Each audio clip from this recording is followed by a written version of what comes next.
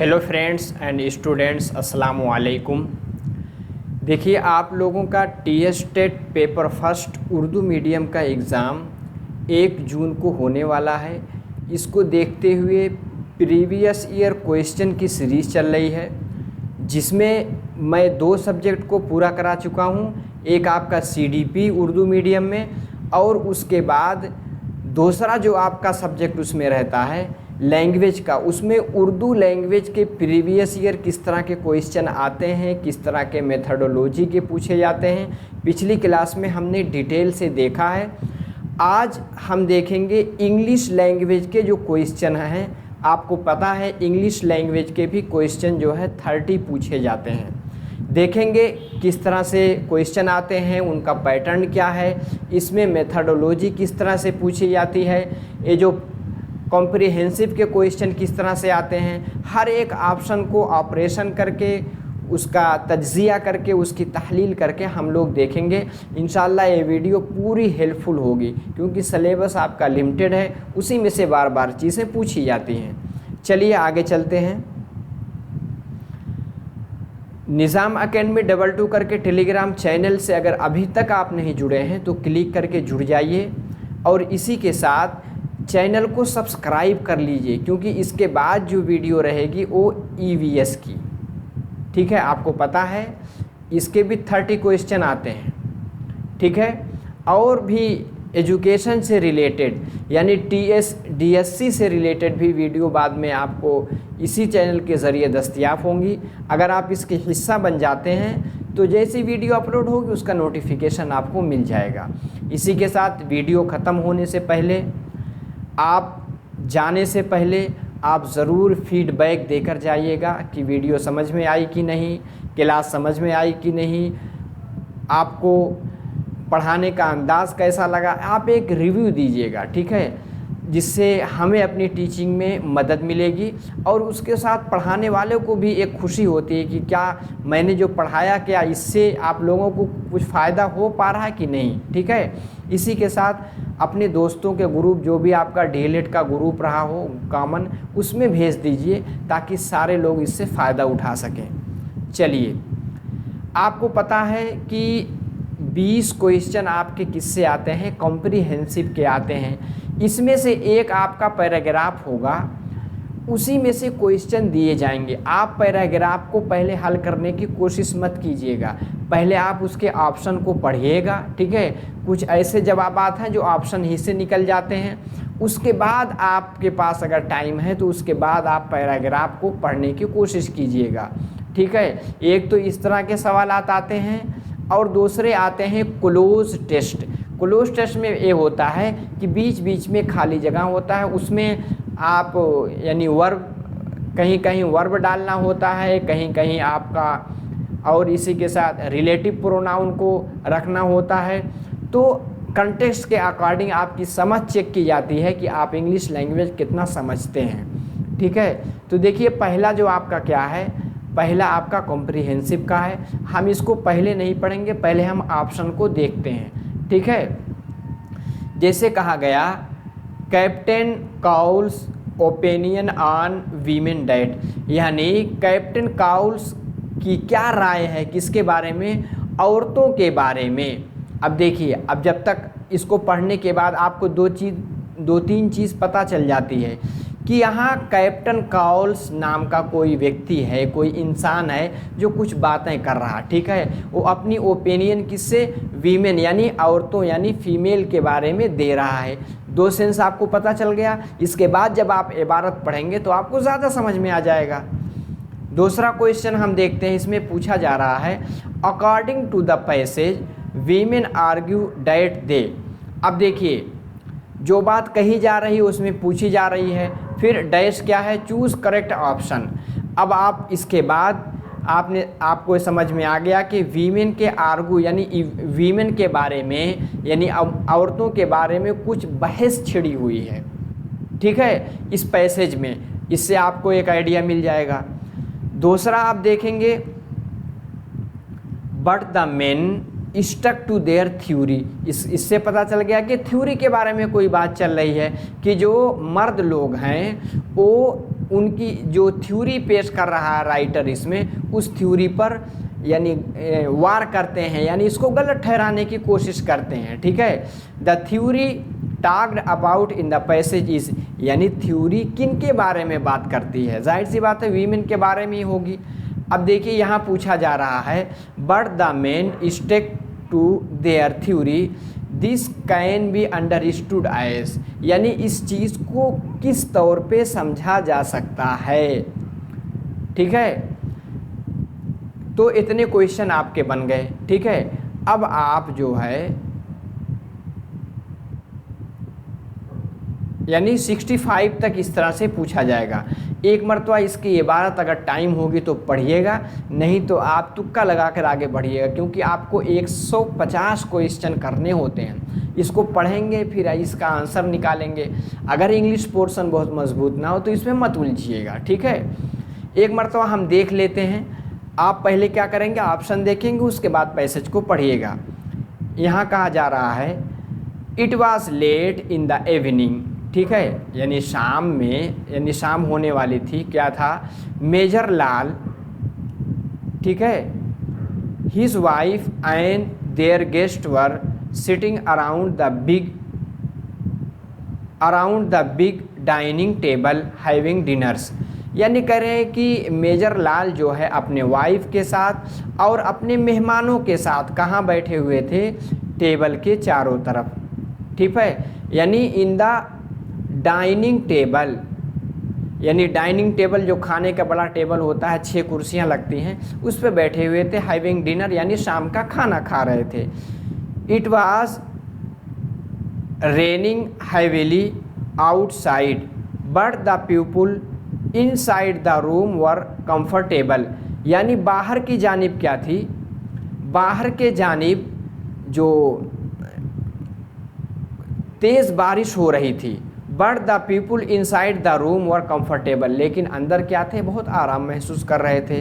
They were discussing, यानी वो लोग अंदर क्या किस चीज़ के बारे में डिस्कस कर रहे थे, how women might behave in an emergency, यानी औरतें कैसे अपने आप को संभाल सकती हैं, अपना बर्ताव करेंगे किस, इन इमरजेंसी, यानी कोई अचानक सिचुएशन अगर पैदा हो जाती है। Captain cowl insisted that, captain cowl ने इस बात पर जोर दिया कि वीमेन आर नर्वस, उन्होंने क्या कहा, वीमेन बहुत नर्वस, यानी जल्दी से घबरा जाती हैं, कोई इमरजेंसी सिचुएशन होती फ़ौरन रोने लगती हैं। ठीक है, and that a mouse makes them jump on to the chair and scream, and that a mouse, कहते हैं एक चूहा, makes them jump, यानी अगर कहीं घर में कोई चूहा निकल आता है तो फ़ौरन उछलने लगती हैं, कूदने लगती हैं चेयर पे, और स्क्रीम। अब देखिए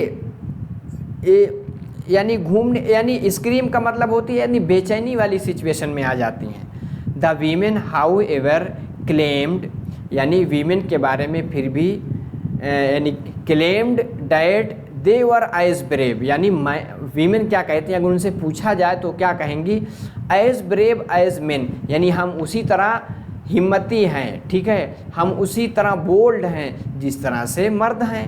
and would remain calm in an emergency, emergency situation में भी हम आराम से बैठ सकते हैं। But the main stuck to their theory, लेकिन मेन क्या है, उनकी थ्योरी को मानने के लिए तैयार नहीं है, उन पर वार करते हैं। अब देखिए, अब हम इस पर जाएंगे तो captain Coles opinion on women day. अब कैप्टन कोल का क्या विचार है, देखिए वो क्या कहते थे, दे आर नर्वस, नर्वस का लफ्ज़ आया है ना कि ये नर्वस होती हैं, जल्दी से घबरा जाती हैं। अब देखिए फटाफट हम पहुंच जा रहे हैं, तीसरा ऑप्शन सही हो गया है।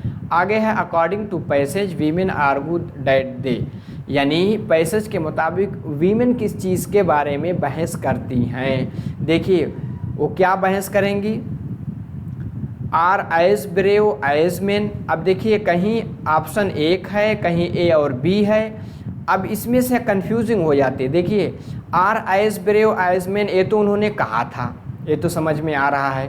और दूसरी बात, would remain calm in as emergency, ये भी कहा था, दोनों बातें कही थी। तो ए बी वाला ऑप्शन आपका सही हो जा रहा है, दूसरा। ठीक है, इस तरह से आप पकड़िएगा। आगे कहा जा रहा है but the main stuck to their theory, आखिर में कहा गया कि मेन क्या है, उस बात को नहीं मानते हैं। The theory talked about in the passage is, अब पैसेज में थ्योरी किस चीज़ के बारे में बातें कर रही है, that women are not brave, सही बात है, इसी के बारे में। क्योंकि थ्योरी किस चीज़ के बारे में, कि वीमेन मानती हैं कि हम मर्द की तरह ब्रेव यानी हिम्मती हैं, लेकिन the women are not brave, theory जो है ये कह रही है कि मर्दों की। आगे क्या है, the people in side the room comfortable, यानी रूम के अंदर क्या है, बहुत पुरसुकून ज़िंदगी गुजार रहे हैं, आराम से। बाहर क्या है, बारिश हो रही है। अब पूछा जा रहा है कंफर्टेबल का अपोजिट क्या है, बताइए। अब देखिए, रिलैक्स और कंफर्टेबल दोनों तो सिनोनिम्स है। रेच्ड माने होता है यानी बहुत ही उल्फत में, बहुत ही परेशानी में होना, तो रिच्ड वाला ही सही होगा। कॉजी माने भी ओवरजॉयड यानी बहुत ज़्यादा इंजॉय, तो आपका दूसरा वाला ऑप्शन सही हो जाएगा। आगे क्या है, 65 क्या है, but the main stuck to their theory, यानी उस थ्योरी पे स्टक करते हैं। This can be understood as, इसको किस तरह से समझा जा सकता है कि द मेन आर क्या है, रिजोलूट। रिजोलूट का मतलब क्या होता है, किसी भी चीज़ का एकदम हठधर्मी होना, यानी अपने बात जो उन्होंने कह दिया, जो उनकी सोच है कि औरतें जो है यानी ब्रेव नहीं, उस तरह से हिम्मती नहीं होती जिस तरह से हम हैं, वो क्या है, द मेन आर रिजोलूट, यानी अपने बात पर अड़े हुए हैं। ठीक है, उसको क्या कहते हैं, रिजोलूट। आगे है the men are pleasing, the men are inclusive, the men are responsible. यही रिजोलूट मतलब किसी चीज़ पर अड़ जाना कि नहीं, जो हम कह रहे हैं वही चीज़ सही है। ठीक है, तो ये वाला सेंस निकल रहा है। अब उसके बाद आपका एक आएगा क्लोज टेस्ट का, बीच में कुछ आपको फिल करना होगा। देखिए आगे क्या है, आगे ऑप्शन आपके दिए जाएंगे, इज, वर, वाज, बी में से कुछ करना है, विच, हो, हु, डैट, हुज में से कुछ करना है, वाइल, देन, ड्यूरिंग, व्हेन में से कुछ करना है, ऑन, इन, विथ, ओवर में से है, एज इफ, एज दो, एज, एवन इफ ओनली। देखिए इस सिंगुलर के लिए, वर क्या है प्लूरल के लिए, इसी तरह वाज क्या है पास्ट के लिए, बी किसके लिए आता है पैसिव के लिए, विच किसके लिए आता है जो कोई यानी इंसान के अलावा कोई हो, हु किसके लिए जो रिलेटिव प्रोनाउन है जो इंसान के लिए, डैट जो है सिचुएशन के अकॉर्डिंग, दोज भी ज़्यादा के लिए आता है, वाइल, देन, ड्यूरिंग, व्हेन कब कब आता है, कहीं कहीं प्रीपोजिशन ऑन, कभी इन, कभी विथ, कभी ओवर, एज इफ, एज दो का सेंस कहाँ आएगा, एवन इफ ओनली। ठीक है, इस तरह के आपके 5 आएंगे। अब हमें कॉन्टेक्स्ट के अकॉर्डिंग आगे पीछे देख करके, सियाको सबाक देख करके इसको हल करना होता है। क्या होगा, जैसे आइडेंटिफाई द, ये तो एक मिनट हम तो आगे बढ़ गए, देखिए ये है। ठीक है, आगे है the Greek way of executing people. Executing people का ग्रीक वे क्या है, Greek way dash to make them drink a cup of, यानी हेमलॉक। हेमलॉक का मतलब होता है एक दरख्त जो एकदम जहरीला होता है। ठीक है, टू मेक दम ड्रिंक यानी उनको पिलाना, आ कप ऑफ हेमलॉक, आखिर में डैश है, इज़ डेडली पॉइजन, फिर डैश है। तो बताइए क्या आएगा, जैसे Greek way of executing people. अब बताइए इसमें से इज़ या वर या वाज या बी, बताइए कौन सा आएगा। देखिए अगर कॉन्टेक्स्ट के अकॉर्डिंग देखा जाए सिंगुलर है तो इसलिए वाज आएगा। जब कोई बात कही जाती है, कोई वाकया की बात होती है, अक्सर उसमें पास्ट टेंस आता है, तो यहाँ वाज को लाएंगे। ठीक है, अब इस पेन से बहुत अच्छी राइटिंग नहीं बनती लेकिन आप समझ जाएंगे। Was to make them drink a cup of hemlock. ठीक है, उसके बाद डैश है, उसके बाद इज़ है। अब बताइए क्या आएगा। अब देखिए आगे वाले में क्या था, हु था, डैड था, विच था। अब देखिए हेमलॉक क्या है, ये कोई इंसान तो है नहीं, तो हु नहीं आएगा, विच आएगा। Which is deadly poison. उसके बाद आगे है 68 पे क्या आएगा, देखिए इसमें से क्या था, वाइल है, देन है, ड्यूरिंग है, वेन है। देखिए इसमें से अगर देखा जाए तो सबसे सुटेबल जो बैठेगा वेन, यानी चौथा वाला, ठीक है। इसमें क्या आया, इसमें आपका वाज आ गया, इसमें क्या है, विच आ गया, इसमें क्या आ गया, वेन। क्या है, when the hemlock was brought to, यानी सुकरात, यानी जब इस चीज़ को सुकरात को पेश किया गया, हिज फ्रेंड्स एज प्यूपिल वर, यानी उसके दोस्त और उसके शागिर्द वर। आखिर में वर के बाद है डैश है, फिर टीयर्स, यानी टीयर्स मतलब होता है आंसू। तो क्या 69 में क्या हम रखेंगे, देखिए ऑन, टीयर्स ऑन, ऑन आएगा या इन आएगा, विथ आएगा, ओवर आएगा। देखिए अगर आप कॉन्टेक्स्ट के अकॉर्डिंग देखेंगे तो क्या आएगा, the pupils were in tears. In tears मतलब उनके आंखों में आंसू भरा हुआ था, तो क्या आएगा, इन टीयर्स। ए इसमें से कौन सा आएगा, दूसरा वाला इन टीयर्स आएगा। अब आगे है एज इफ, एज दो में से क्या आएगा देखते हैं, but Sukrat took the cup quietly, लेकिन सुकरात ने क्या किया, कप को खामोशी से लिया, एंड इट डैश, आगे क्या किया, as if, as though, it देखते हैं, as if it was a glass of water. As if का मतलब ऐसा लग रहा था जैसा कि एक गिलास ऑफ वाटर, ये पानी का गिलास है, हालांकि वो जहर का गिलास था, ठीक है। तो ऐसे आपकी समझी जाती है। आगे हम देखते हैं, आगे क्या है, identify the imperative sentence among the following. देखिए ये सब आसान है, तो उसको बाद में कीजिएगा, पहले इनको कीजिएगा।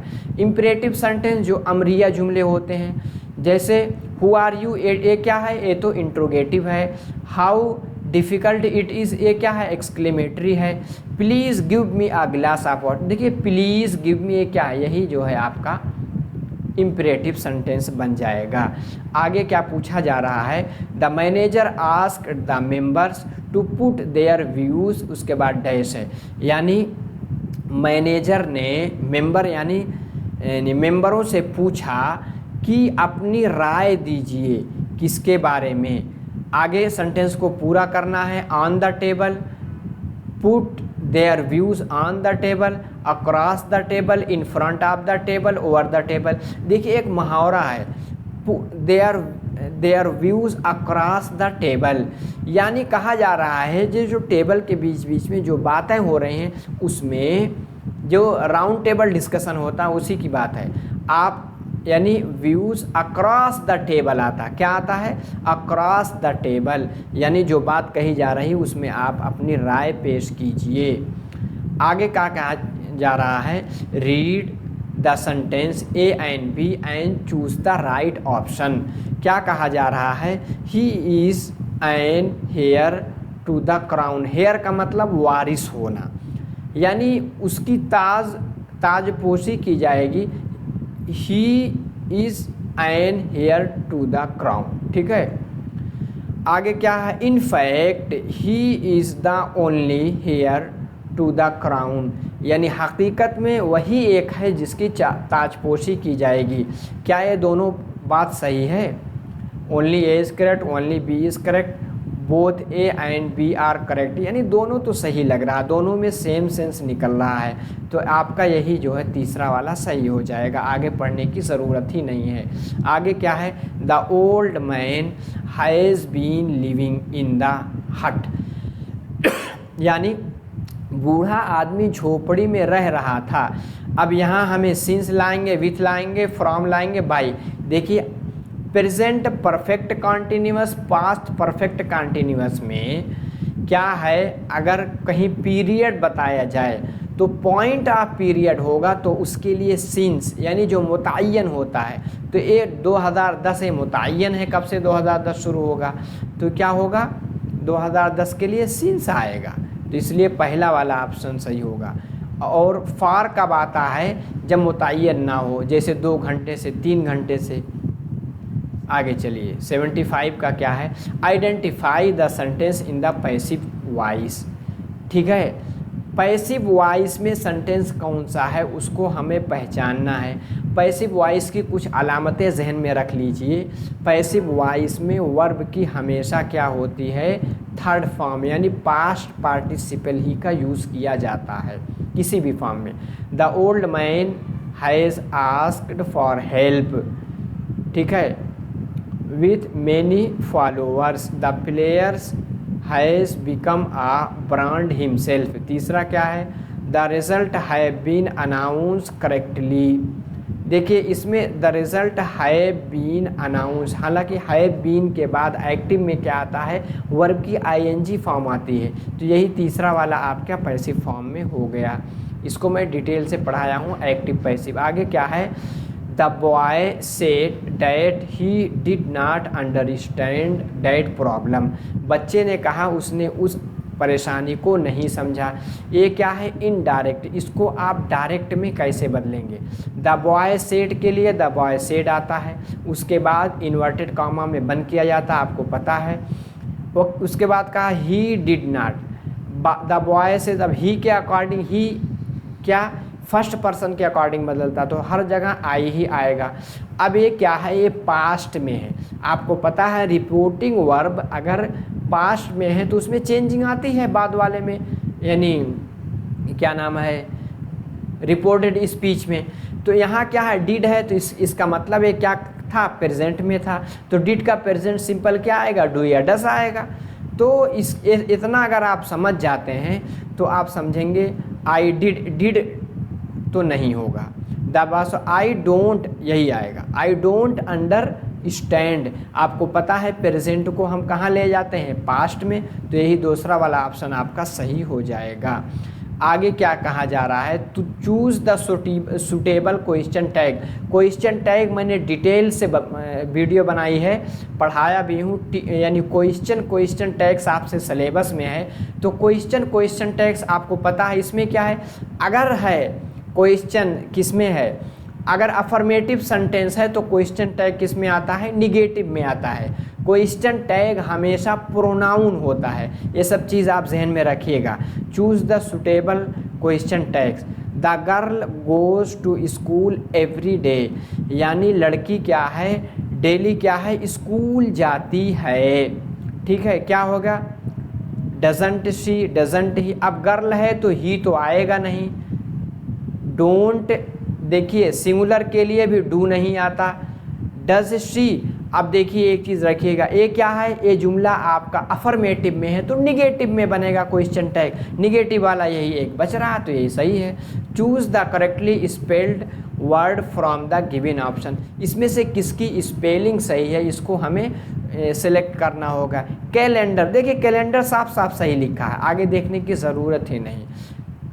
आगे है रजिस्टरर, आगे है ट्रूली, एम्बुलेंस, इन ये सब गलत है।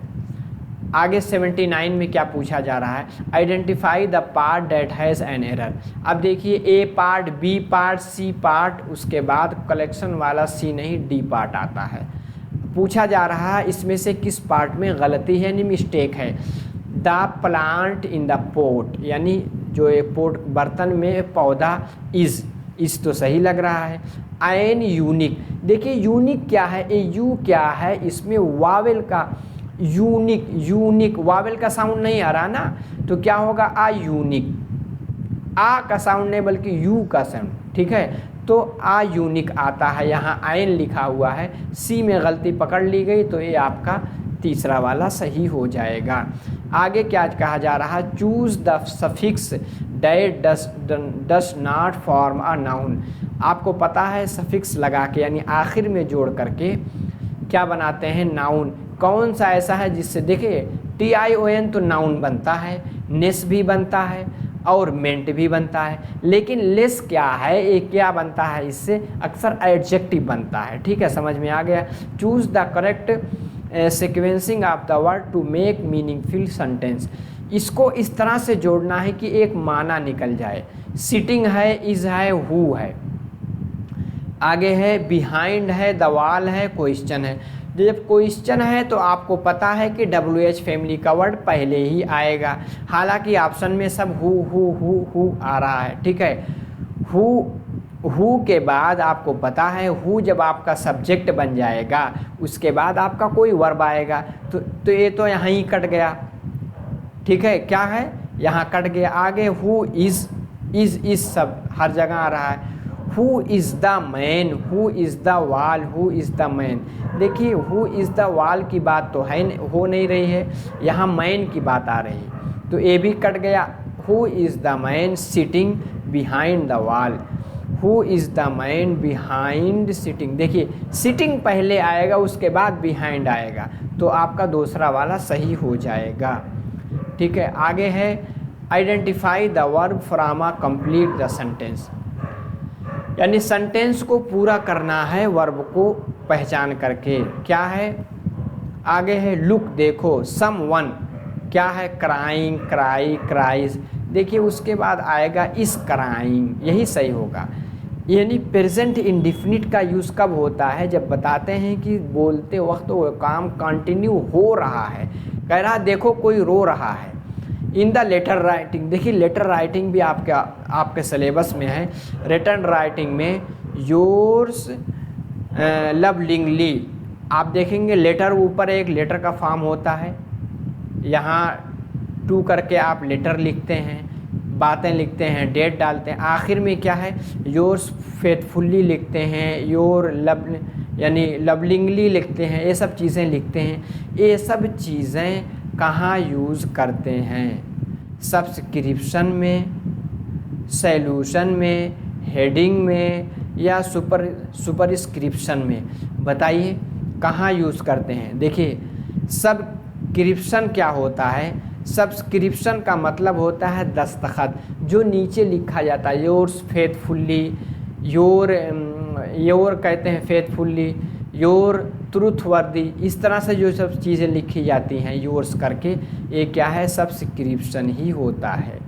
और सॉल्यूशन ये आदाब के लिए जो शुरू में लिखा जाता है कलिमात, ऊपर वो होते हैं हेडिंग, जो आप सब्जेक्ट बनाते हैं। और सुपरस्क्रिप्शन क्या होता है, ये जो है ऊपर वाली जो तहरीर, मेन तहरीर, जो बालाई तहरीर होती है वहाँ पाया जाता है। चारों को मैंने समझा दिया। आगे देखिए, many other places in India. अब आगे सेंटेंस को पूरा करना है। Many other sentences in India के बाद आपको पता है कोई वर्ब ही आएगा। प्लेसेस है तो प्लूरल वाला आएगा, इसलिए सिंगुलर वाला तो हम पहले ही काट देते हैं। ये दोनों को इस तरह से आप जो है आप ऑप्शन को काटना सीख सकते हैं। अब आगे क्या है, are hard than Ramagundam, are as hard as, देखो इस तरह से आता है एज हार्ट एज करके, तो आपका ये कौन सा सही हो जाएगा, ये आपका तीसरा वाला सही हो जाएगा। ठीक है, आगे चलिए। The study of word formation is, word देखिए ये सब अलग अलग टर्मिनोलॉजी है, इसको सीख लीजिए। इसलिए तो प्रीवियस ईयर क्वेश्चन सीखने का यही तो फ़ायदा है। एक आता है सिंटेक्स, इसका ताल्लुक़ होता है सेंटेंस के फॉर्मेशन स्ट्रक्चर से, यानी कहाँ वर्ब आएगा, कहाँ सब्जेक्ट आएगा, कहाँ ऑब्जेक्ट आएगा। सेमेंटिक होता है क्या, उसका एग्जैक्ट मीनिंग क्या आएगा, यानी माना से ताल्लुक़ क्या रखता है, सेमेंटिक। और सोशियो लिंग्विस्टिक ये दूसरी टर्म है। ठीक है, मॉर्फोलॉजी, यानी देखिए मॉर्फ ए रूट वर्ब, मॉर्फ का मतलब होता है फॉर्म। इसमें क्या होता है, किसी वर्ड का फॉर्म यानी उसकी शक्ल क्या है, यानी प्रीफिक्स सफिक्स लगाकर किस तरह से वर्ड बनता है, किस तरह से एडजेक्टिव बनता है, किस तरह से उसको एडवर्ब बनाते हैं, किस तरह से उससे हम नाउन बनाते हैं, वर्ब की आईएनजी फॉर्म या वर्ब की second form, past participle form किस तरह से बनती है, कंपाउंड वर्ड किस तरह से बनते हैं, ये सब मॉर्फोलॉजी में जिसके बारे में बात की जाती है। एक आती है फोनोलॉजी। फोनोलॉजी में यानी आवाज़ के साउंड के बारे में, यानी फ़ोन मतलब क्या होता है साउंड, साउंड के बारे में बात फोनोलॉजी में की जाएगी। ये सब टर्म आप याद रखिएगा, फोनोलॉजी, मॉर्फोलॉजी, सेमेंटिक और सिंटेक्स। जैसे सिंटेक्स को उर्दू में क्या कहते हैं, नहो, और इसको क्या कहते हैं, सर्फ। ठीक है, समझ में आ गया। चलिए आगे चलते हैं। The title of the Telangana state board English text book of primary classes. Primary classes के लिए इंग्लिश की टेक्स्ट बुक का टाइटल क्या है, ये आपका जनरल नॉलेज के बारे में पूछा जा रहा है। My English word, our word through English, our word of English, word English word. देखिए माई इंग्लिश वर्ड लिखा रहता है। ठीक है, आगे चलिए। आगे है which of the following is not a theoretical assumption of language and language learning. ये क्या है, आपका मेथडोलॉजी के सवालात हैं। इसमें पूछा जा रहा है इसमें से कौन थ्योरी जो है अजम्पशन यानी जो मफरूज़ा बनाया जाता है लैंग्वेज लर्निंग। आप दो चीज़ पढ़ते होंगे, एक लर्निंग, एक क्या है एक्विजिशन।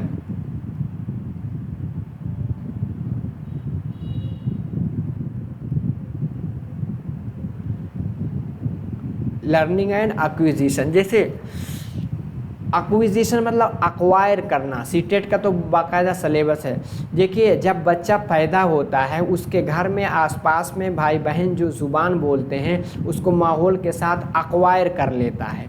क्या कर लेता है, हासिल कर लेता है, उसको अनकॉन्शियस माइंड से हासिल करता है, उसके लिए कोई ग्रामर कायदा नहीं पढ़ता, उसको एक्विजिशन कहते हैं। लर्निंग के लिए बाकायदा उसके लिए आप स्कूल जाते हैं, आप ग्रामर पढ़ते हैं, कोई आपको बताता है, उसका स्ट्रक्चर सीखते हैं, उसको लर्निंग कहते हैं। अब बताइए कौन सा इन सब के अकॉर्डिंग में कौन सी थ्योरेटिकल अजम्पशन जो है सही नहीं है।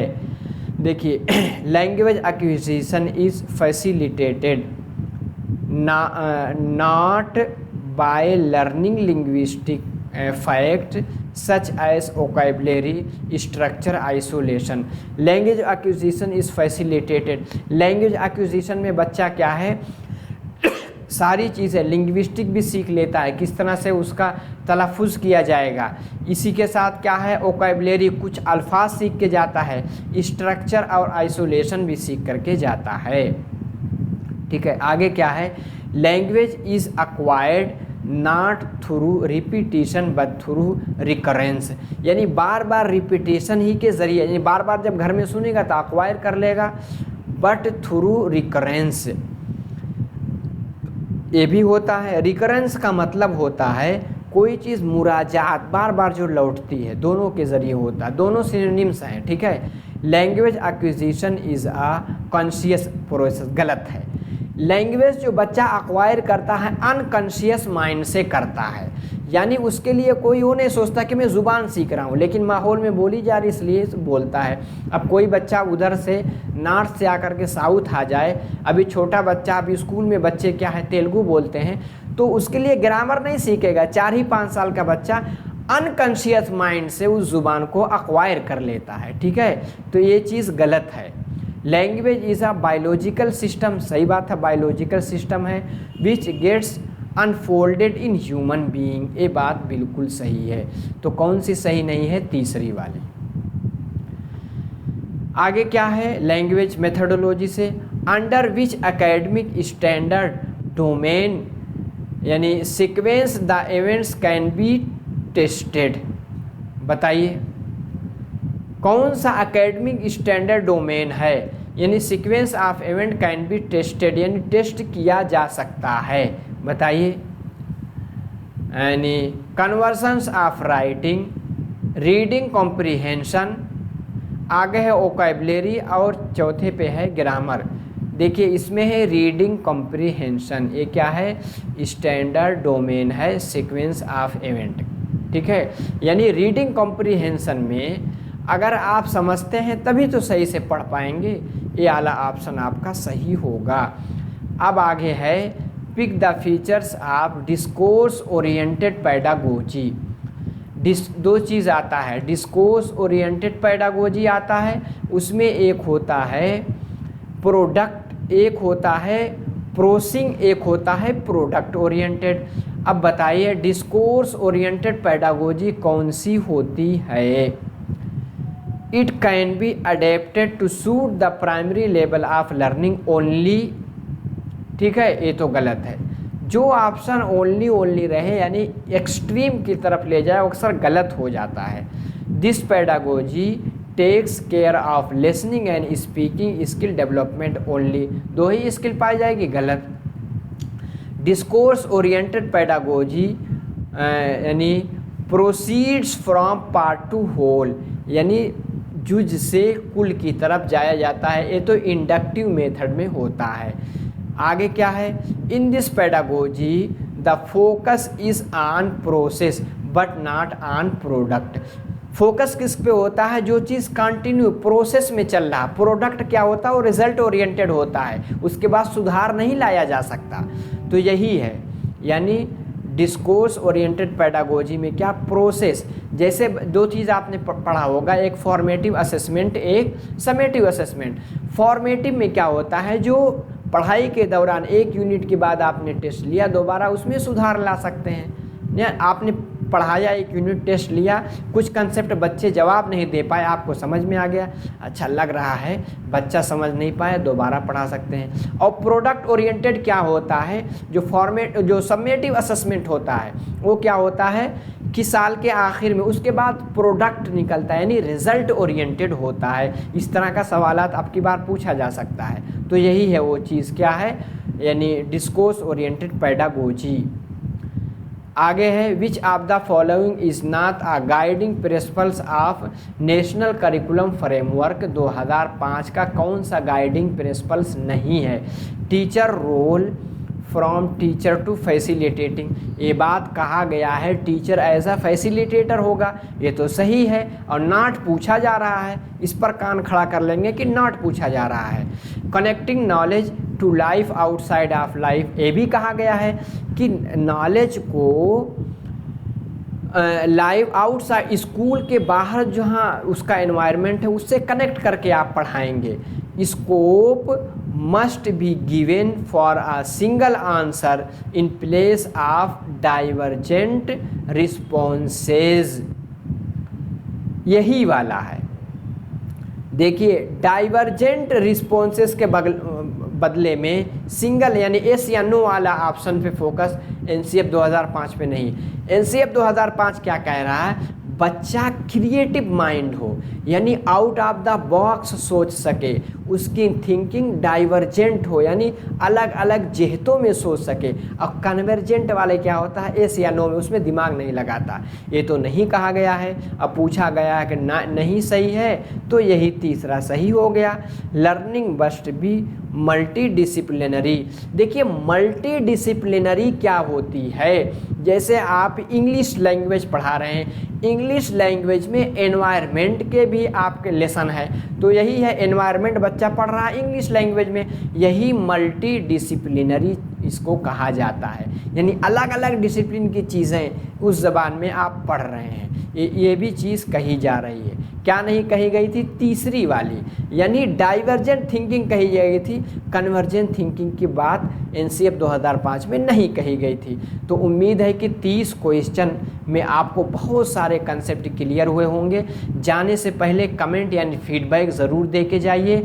समझ में आ रहा तो लाइक कीजिए, शेयर भी कर दीजिए, ताकि 2-3 दिन जो बचे हैं आपके और साथी भी इससे मदद ले सकें। और जाते जाते सब्सक्राइब ज़रूर कर लीजिए, और ज्वाइन बटन भी है, आप ज्वाइन हो करके मेंबरशिप भी ले सकते हैं। ठीक है, तो बस आज के क्लास में इतना ही, अगले क्लास में फिर मिलते हैं। अस्सलामु अलैकुम।